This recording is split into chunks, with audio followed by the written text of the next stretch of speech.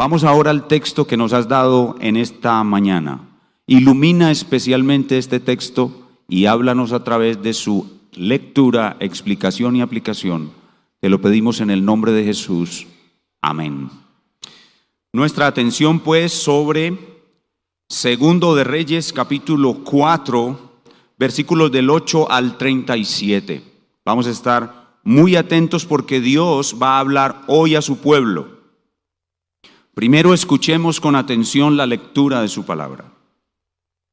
Aconteció también que un día pasaba Eliseo por Sunem y había allí una mujer importante que le invitaba insistentemente a que comiese.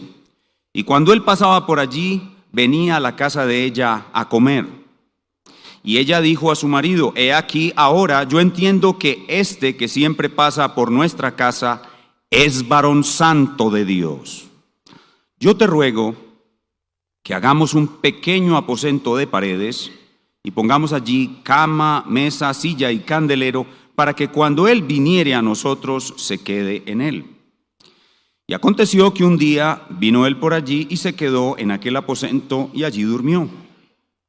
Entonces dijo a Giesi, su criado: llama a esta sunamita. Y cuando la llamó, vino ella delante de él. Dijo él entonces a Giesi: dile, he aquí tú has estado solícita por nosotros con todo este esmero. ¿Qué quieres que haga por ti? ¿Necesitas que hable por ti al rey o al general del ejército? Y ella respondió: yo habito en medio de mi pueblo. Y él dijo: ¿qué pues haremos por ella? Y Giesi respondió: he aquí que ella no tiene hijo y su marido es viejo. Dijo entonces: llámala. Y él la llamó y ella se paró a la puerta y él le dijo: el año que viene por este tiempo abrazarás un hijo. Y ella dijo: no, Señor mío, varón de Dios, no hagas burla de tu sierva. Mas la mujer concibió y dio a luz un hijo el año siguiente, en el tiempo que Eliseo le había dicho. Y el niño creció. Pero aconteció un día que vino a su padre, que estaba con los segadores, y dijo a su padre: ¡ay, mi cabeza, mi cabeza! Y el padre dijo a un criado: llévalo a su madre. Y habiéndole él tomado y traído a su madre, estuvo sentado en sus rodillas hasta el mediodía y murió. Ella entonces subió y lo puso sobre la cama del varón de Dios, y cerrando la puerta se salió. Llamando luego a su marido le dijo: te ruego que envíes conmigo a alguno de los criados y una de las asnas, para que yo vaya corriendo al varón de Dios y regrese. Él dijo: ¿por qué vas a verle hoy? No es luna nueva, ni día de reposo. Y ella respondió: paz. Después hizo enalbardar el asna y dijo al criado: guía y anda, y no me hagas detener en el camino, sino cuando yo te lo dijere. Partió pues y vino al varón de Dios al monte Carmelo. Y cuando el varón de Dios la vio de lejos, dijo a su criado Giesi: he aquí la sunamita, te ruego que vayas ahora corriendo a recibirla y le digas: ¿te va bien a ti? ¿Le va bien a tu marido y a tu hijo? Y ella dijo: bien. Luego que llegó a donde estaba el varón de Dios en el monte, se asió de sus pies.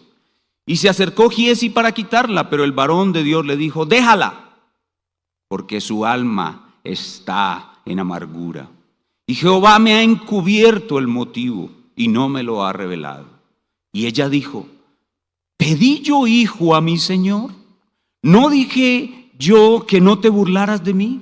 Entonces dijo él a Giesi: ciñe tus lomos y toma mi báculo en tu mano y ve. Si alguno te encontrare, no lo saludes, y si alguno te saludare, no le respondas, y pondrás mi báculo sobre el rostro del niño. Y dijo la madre del niño: vive Jehová y vive tu alma, que no te dejaré. Él entonces se levantó y la siguió. Y Giesi había ido delante de ellos y había puesto el báculo sobre el rostro del niño, pero no tenía voz ni sentido. Y así se había vuelto para encontrar a Eliseo y se lo declaró diciendo: el niño no despierta. Y venido Eliseo a la casa, he aquí que el niño estaba muerto, tendido sobre su cama. Entrando él entonces cerró la puerta tras ambos y oró a Jehová.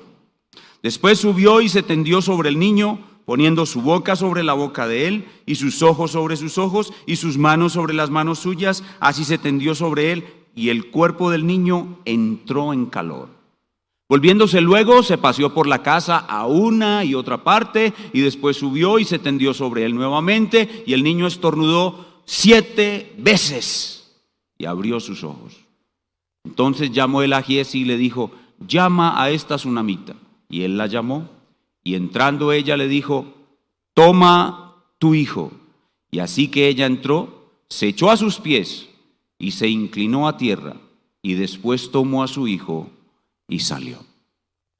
Continuamos en el territorio del profeta ayudador bajo el efecto Emaús, pasión por Cristo desde el Antiguo Testamento. En este estudio del profeta Eliseo, a quien hemos llamado el profeta ayudador, hemos visto cómo a través de su carrera Eliseo continúa su función ayudadora. Y en este tiempo de manera especial, él es el profeta ayudador para los verdaderos creyentes, para el remanente de Israel. Él es el profeta ayudador del remanente. En nuestra última clase vimos que él primero ayudó a una viuda pobre. ¿Recuerdan nuestra clase anterior? La viuda endeudada y el profeta ayudador. Bueno, ahora va a ayudar a una mujer rica. Y es que los ricos también tienen necesidades que solo el profeta ayudador puede suplir. Y vemos en esta sección un énfasis. Y ese énfasis lo podemos enfocar a través de estas palabras: Dios da mucho más. Estas palabras nos sirven para enfocar el énfasis de esta sección. Dios da mucho más que ser librados de la muerte, nos da la victoria. Como vimos en el caso de los 3 reyes que estaban a punto de morir de sed en un desierto. Dios les dio mucho más que salvar sus vidas, les dio la victoria. Y también vimos, Dios da mucho más que el pago de nuestras deudas, nos da el sustento para toda la vida, como vimos en el caso de la viuda endeudada y el profeta ayudador. En el texto del día de hoy también resurgen estas palabras: Dios da mucho más que un mínimo conocimiento de Él. Él nos da un mayor conocimiento de Él, como el que le da por medio del sufrimiento a esta dama creyente y adinerada, usando al profeta ayudador. Hoy veremos que hay problemas como la muerte, que el dinero no puede solucionar, que solo Dios puede solucionar. El tema de nuestro pasaje en el día de hoy es la gran aflicción de una dama creyente y rica, y la ayuda que recibe del profeta ayudador, la cual la lleva a un más grande conocimiento de Dios. La gran aflicción de una dama creyente y rica, y la ayuda que recibe del profeta ayudador, la cual la lleva a un más grande conocimiento de Dios. Y el título que le hemos puesto a nuestra clase en el día de hoy es La dama adinerada y el profeta ayudador. La dama adinerada y el profeta ayudador. Y nuestro relato se desarrolla en 3 escenas. En primer lugar, Dios acerca la dama al profeta ayudador. Y eso lo vemos en los versículos 8 al 10. Luego vemos cómo Dios le hace necesario a la dama el profeta ayudador, los versículos 11 al 31. Y la tercera escena, Dios le da salvación a la dama por el profeta ayudador en los versículos 32 y 37. Dios acerca a la dama al profeta ayudador, Dios le hace necesaria la ayuda a la dama del profeta ayudador y Dios salva a la dama por medio del profeta ayudador. Estamos ubicados en el tiempo, en el año 850 antes de Cristo aproximadamente. Pero vamos a viajar en la máquina del tiempo después de ver lo que sucedió allí, al siglo primero para ver a Cristo y luego le haremos una aplicación a nuestras vidas. Veamos nuestra primera escena. Dios acerca a la dama al profeta ayudador. Versículo 8. Dice: aconteció también que un día pasaba Eliseo por Sunem y había allí una mujer importante que le invitaba insistentemente a que comiese, y cuando él pasaba por allí venía a la casa de ella a comer. Noten primero la palabra también, lo cual conecta este relato con el anterior y nos muestra que es una unidad de pensamiento. Dios está desarrollando un asunto. Luego noten que el texto resalta que se trata de una mujer importante. Y es que en el reino de Dios no solamente hay personas pobres, también hay personas ricas e importantes. Son menos cantidad, pero también las hay. Y esta dama importante hace algo que dice el texto: invitaba a Eliseo insistentemente. Y es que el Espíritu Santo que mora en ella le hace ver que Eliseo es un hombre importante en el reino de Dios. Ella reconoce en Eliseo la autoridad de Dios, el profeta de Dios, el ungido de Dios, y se genera esa atracción entre la oveja y su pastor. Y ella tiene la tendencia, al ver la bendición de que el profeta de Dios esté cerca a su casa, ella tiene la tendencia a servirle con sus bienes. Y no solamente le da comida, sino que le prepara un aposento. Luego en los versículos 9 y 10, allí se nota que para poder honrar a su profeta, al profeta con sus bienes, ella pide el permiso de su marido. Se nota que ella es una mujer sujeta a su marido, lo cual nos indica que no era una mujer de poca fe, era una mujer que tenía una fe desarrollada, porque no es fácil para la mujer sujetarse a su esposo, sobre todo si ella es más inteligente, más piadosa, y si muy probablemente el capital que tenían lo había aportado ella y no él. Con todo esto se desarrolló una relación entre ella y el profeta ayudador. Y aquí sucede algo muy importante que el texto nos enseña, y es que nadie honra a un varón de Dios en vano. Nadie sirve al reino de Dios en vano. Todo aquel que honra a los siervos de Dios o sirve a Dios tiene o va a recibir una recompensa. Y eso hace parte de la segunda escena.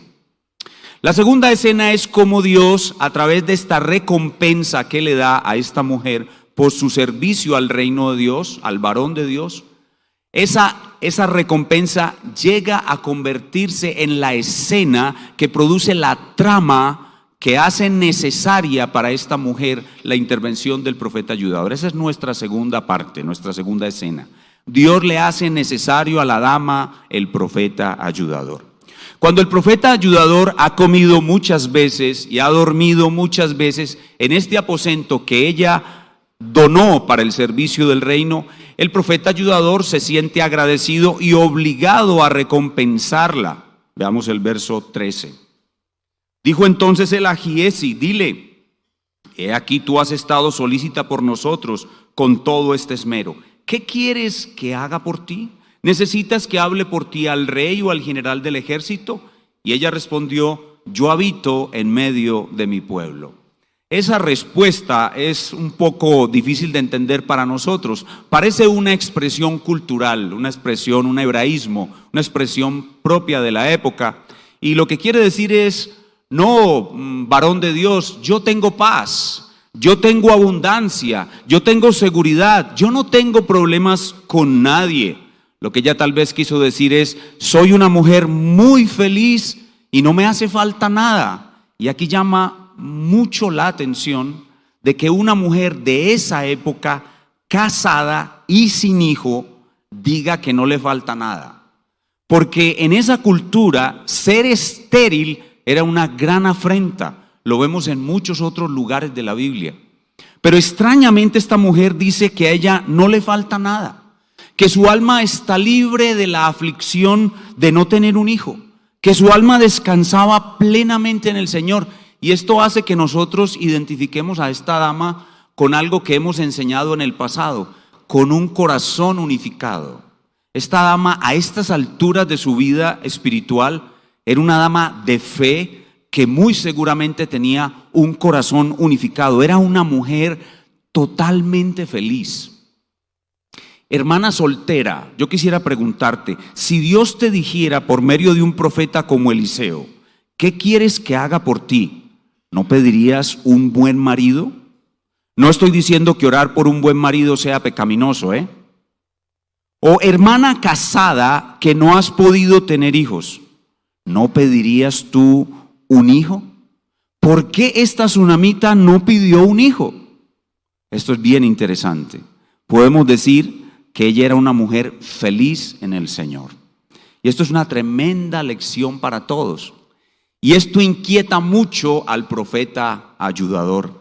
Miren el verso 14, esa inquietud, cómo lo guía. Dice el verso 14, y él dijo, ¿qué pues haremos por ella? Su deseo de recompensarla seguía vivo, a pesar de que esta era una mujer plena que decía no necesitar nada. Y Giezi respondió, he aquí que ella no tiene hijo, su marido es viejo. Y el profeta ayudador dice, esa es la información que yo necesitaba. Aquí Eliseo, quizás sin saberlo, va a crear la trama que le va a hacer absolutamente necesario a esta mujer buscarlo a él. Esta mujer que ya conoce a Dios, que es muy feliz, tiene algo que ella no sabe que necesita, tiene una necesidad que ella no sabe que tiene y que Dios le va a proveer sin que la pida. Ella que ya conoce a Dios, que es feliz en Dios, necesita conocer más a Dios. Y Dios va a usar un método que a nadie le gusta. Dios va a usar la aflicción, y no cualquier aflicción. Va a usar una gran aflicción. Y a partir de esa gran aflicción va a hacer que esta mujer que ya le conoce, que ya es feliz en él, le conozca mucho más, le ame mucho más a aquel a quien ya ama su alma. Y esto es algo muy destacado, muy importante. Es la sabiduría de Dios en el uso del bien y el mal, que como dijo un hermano, produce por medio de la aflicción almas de oro, almas de oro. Este es otro pasaje umpa. Este es otro pasaje que nos lleva a tener una mente preparada para la aflicción. Dios prepara la escena. Noten, la mujer no pidió nada. Esto fue idea de Dios. Dios prepara la escena para que aquella que ya lo conoce, para que aquella que ya le ama, le conozca más y le ame más. En los versículos 15 al 17, el profeta ayudador pronuncia la palabra de Dios, la cual es infalible. En este tiempo, el próximo año, darás a luz un hijo, y la palabra de Dios, como siempre infalible, se cumplió tal cual. En los versículos 18 al 20 se nos narra cómo el niño ya había crecido. Se trata aproximadamente de un niño de 7 a 10 años. Y en el pleno gozo de la vida de esa época, la cosecha, en el pleno tiempo de la cosecha, donde la vida es más feliz para el hebreo, donde se deleitaban viendo al niño correr en medio de los cultivos, feliz con su padre, Dios envía la aflicción, que es una gran bendición para esta mujer fiel que ya le ama y le conoce. Hermanos y amigos, el niño murió.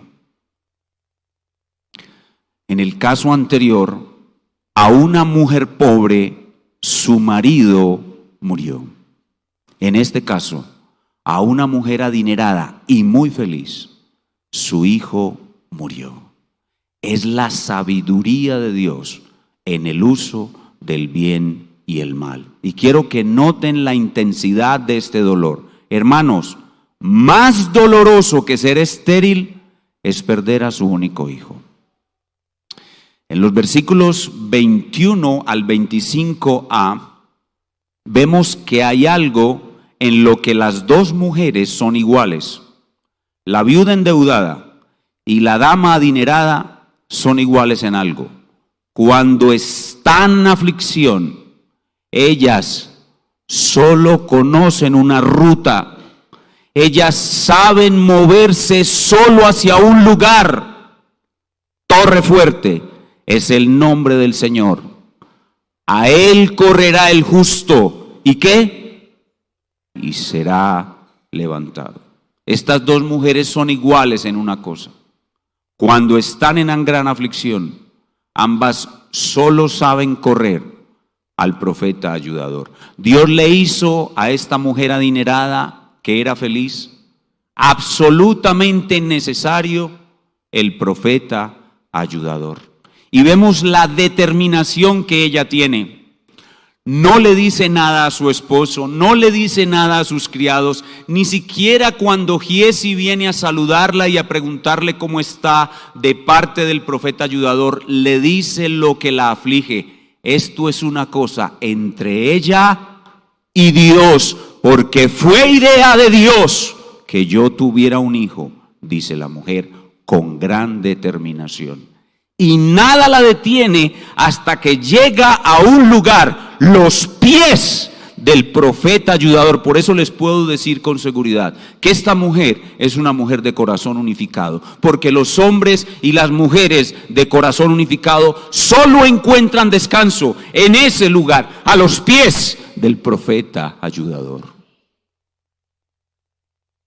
En los versículos 25b y 26 vemos la disposición del profeta ayudador para ayudar a esta mujer. La misma disposición que mostró con la viuda endeudada. La disposición es total. Dice en el versículo 25b, cuando él vio que era la tsunamita, se lo dice a Giesi, y en el versículo 26 le dice: te ruego que vayas ahora corriendo a recibirla. La disposición para ayudarla es total. Y ahora Eliseo prueba la fe de ella cuando, después de que ella le pide ayuda para su hijo muerto, Eliseo le dice que enviará a su criado, y ella le suplica que sea él mismo quien vaya y atienda la situación. ¿Por qué? Porque esto no fue idea mía, esto fue idea tuya, y la muerte es algo muy severo. Esto es algo que solo el profeta ayudador puede enfrentar, no un criado.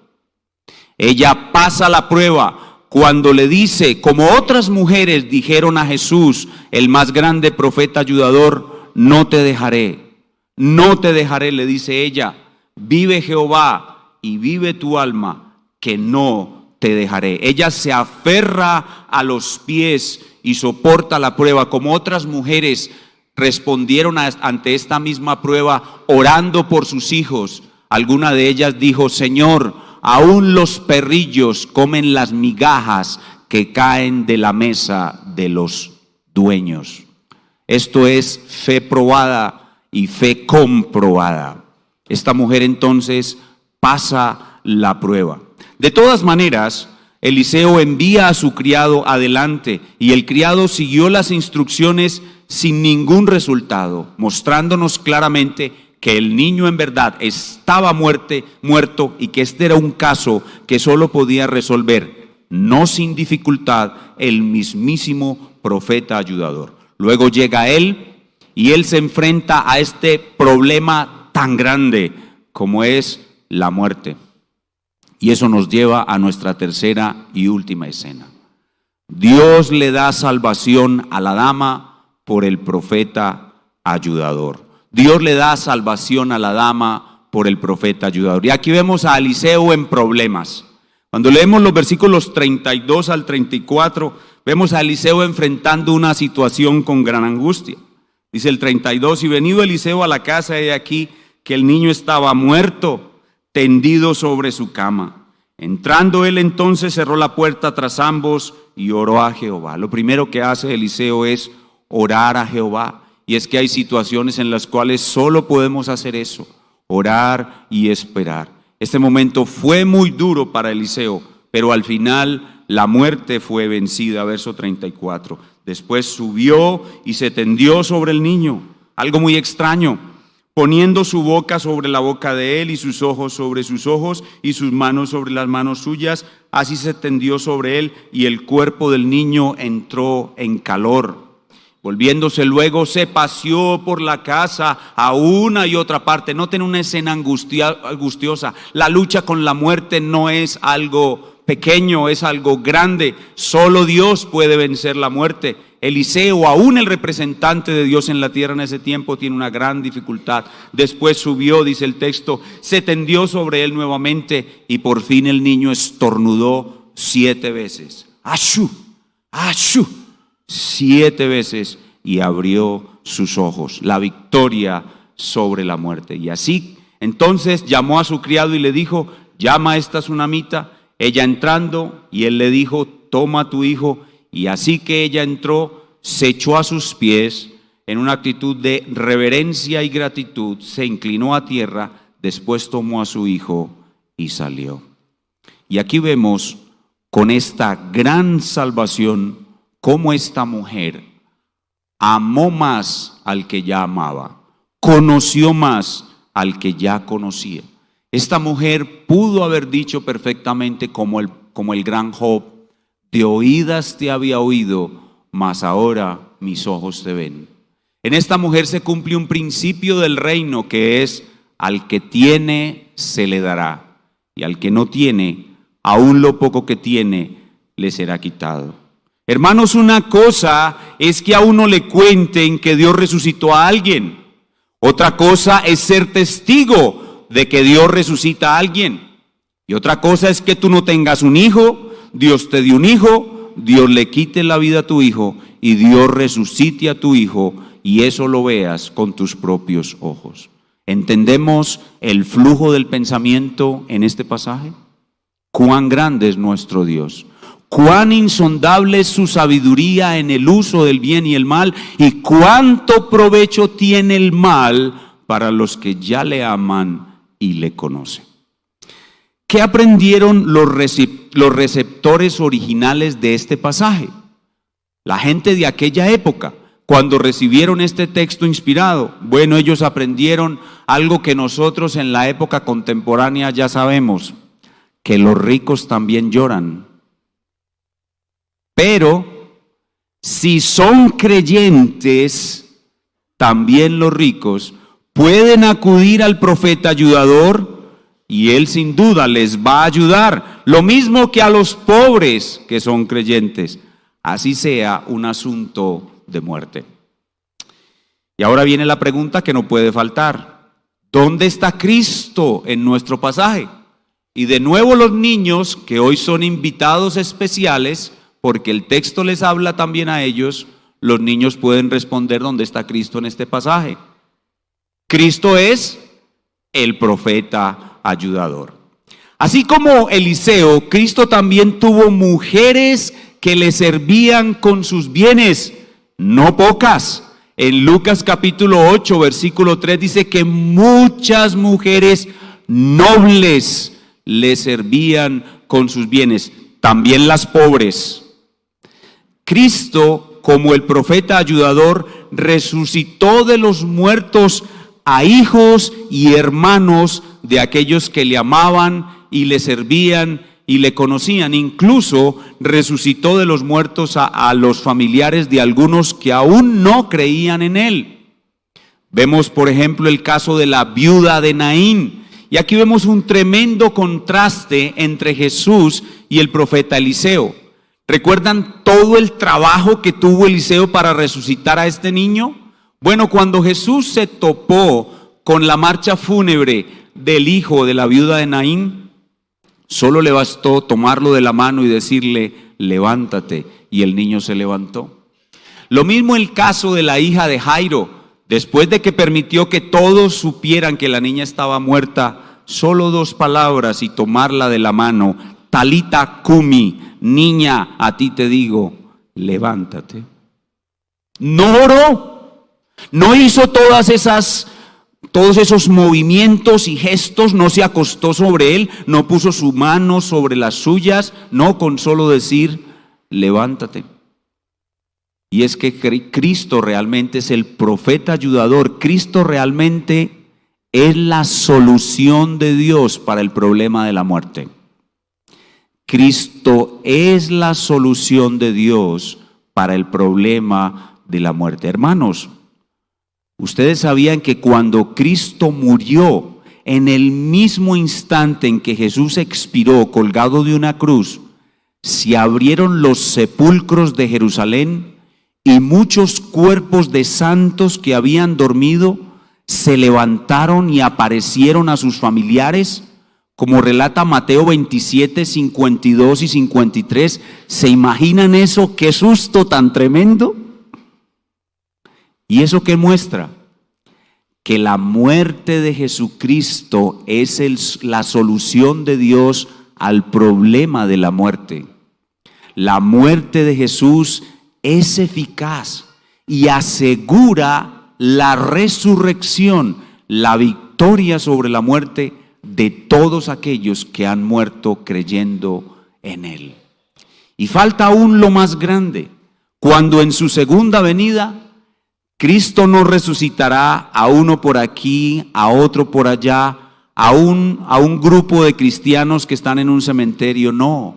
Falta aún todavía lo más grande, cuando Cristo con su voz dirá a todos los muertos, levántense, y todos, creyentes y no creyentes, se levantarán de la tumba y volverán a recibir un cuerpo, algunos para gloria, perfección y hermosura, y otros para condenación y horrenda expectación de tormento eterno.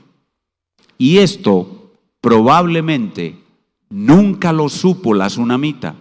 A pesar de que ella vio que Dios había vencido la muerte, nunca supo lo que hoy sabemos nosotros que Dios hará con la muerte. Eso nos coloca en una condición de ventaja que nos obliga a ser más felices que esta mujer adinerada que necesitó al profeta ayudador. ¿Y cuál es la aplicación para nosotros hoy de este pasaje? En primer lugar, la aplicación está en el uso que Dios hace del bien y el mal. La sabiduría de Dios en el uso del bien y el mal. Hermanos, cuando pensamos en la sabiduría de Dios en el uso del bien y el mal, tenemos que tener razones de peso para darle gracias a Dios por haber permitido que el mal entrara en su creación. Tenemos razones para darle gracias a Dios para traer el mal a nuestras vidas. Hermanos, ¿le dan ustedes gracias a Dios por haber permitido el mal? ¿Le dan a ustedes gracias a Dios por traer mal a sus vidas y por usarlo para darles más amor y más conocimiento de Él? Porque Dios nos da mucho más que un poco conocimiento de Él. Dios nos da un conocimiento más profundo de Él. Este pasaje es un pasaje que nos prepara para la aflicción. Una mente preparada para la aflicción es la enseñanza de este pasaje. Pero en segundo lugar, este pasaje también nos desafía con este personaje a buscar tener un corazón unificado. Esta mujer del Antiguo Testamento no conocía lo que nosotros conocemos hoy del profeta ayudador, del más grande y verdadero profeta ayudador. Esta mujer no conocía lo que nosotros conocemos sobre la victoria de Cristo sobre la muerte. Ella no conocía sobre la resurrección de los muertos como nosotros. Sin embargo, ella tenía un corazón unificado y la mayoría de nosotros no. Este pasaje nos desafía a continuar en la práctica de un pensamiento permanente en Dios. Este pasaje nos desafía a continuar en la práctica de un pensamiento profundo en las Escrituras. Este pasaje nos desafía a mantener un pensamiento repetitivo en las enseñanzas de las Escrituras. Pastor, ¿por qué repites tanto esto de una mente preparada para la aflicción? Hermano, yo no tengo la culpa. El pasaje anterior era sobre eso y este también. Son cosas del jefe, no mías.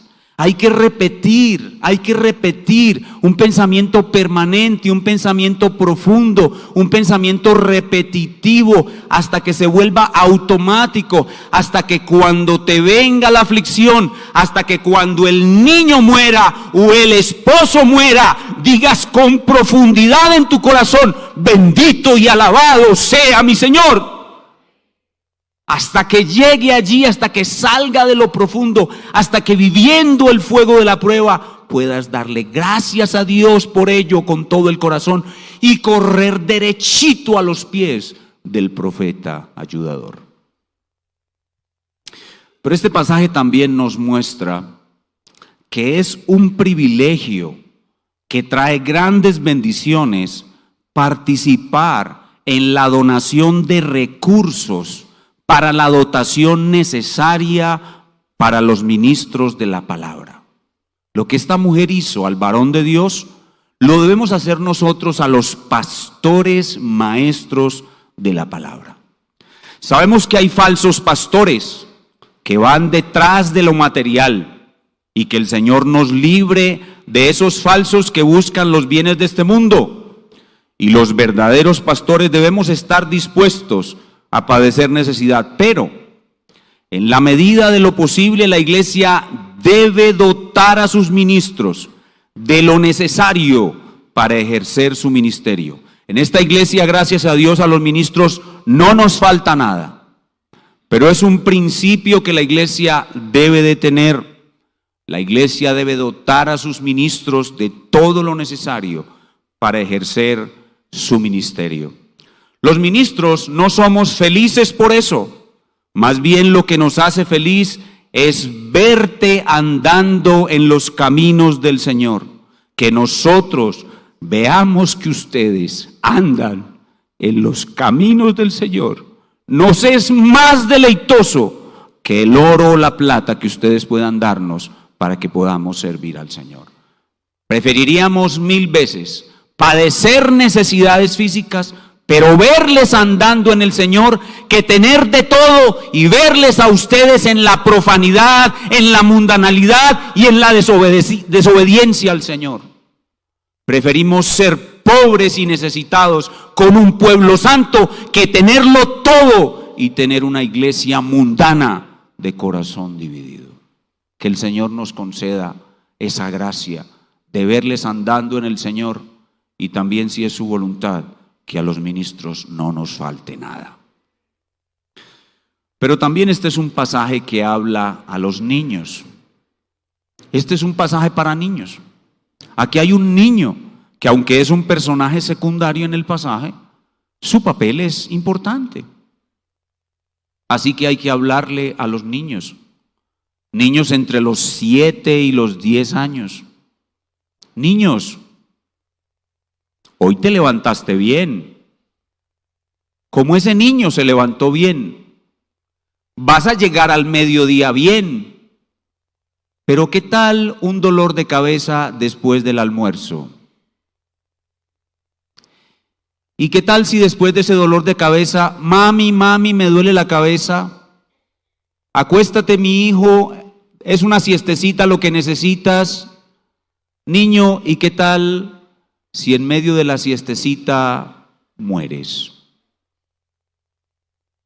Niño, ¿estás listo para presentarte delante de Dios? Hoy puede ser tu último día. Este pasaje nos lo dice claramente. ¿Estás listo para presentarte delante de Dios? Hijo, hija, ¿Te has arrepentido de tus pecados? ¿O tú sigues creyendo esa fábula mentirosa, pagana, mundana de que tú eres bueno? No, tú no eres bueno. Tus mentiras, tus desobediencias te hacen culpable ante nuestro Dios. Y si llegas a morir hoy, ¿estás listo para presentarte delante de Él? Este pasaje te invita a estar listo. Este pasaje te muestra a dónde ir, niño. Así como tu madre fue a buscar al profeta ayudador, tú debes hacer lo mismo. Cristo es el profeta ayudador. A los pies de su cruz, donde Él murió por los pecados de muchos, allí debes ir, hijo. Hay tiempo para jugar, pero también hay tiempo para llorar, porque eres un pecador. A los pies de Cristo, llora tus pecados, y el profeta ayudador te librará para siempre de la muerte eterna. Que Dios salve a nuestros niños. Oremos. Nuestro Padre Dios, te damos muchas gracias por tu palabra. Realmente creemos que hoy nos has hablado en la lectura, explicación y aplicación de tu palabra. A los que ya somos creyentes, gracias por mostrarnos cuánto nos amas y cómo estás haciendo todo para que te amemos más y te conozcamos más. Señor, gracias te damos por haber permitido el mal en el mundo. No hay mejor plan que este plan. Gracias de todo corazón.